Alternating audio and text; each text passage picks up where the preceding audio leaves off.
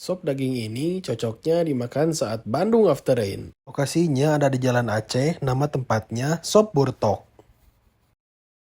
Nah, ini untuk menu dan harganya kalian bisa screenshot ya.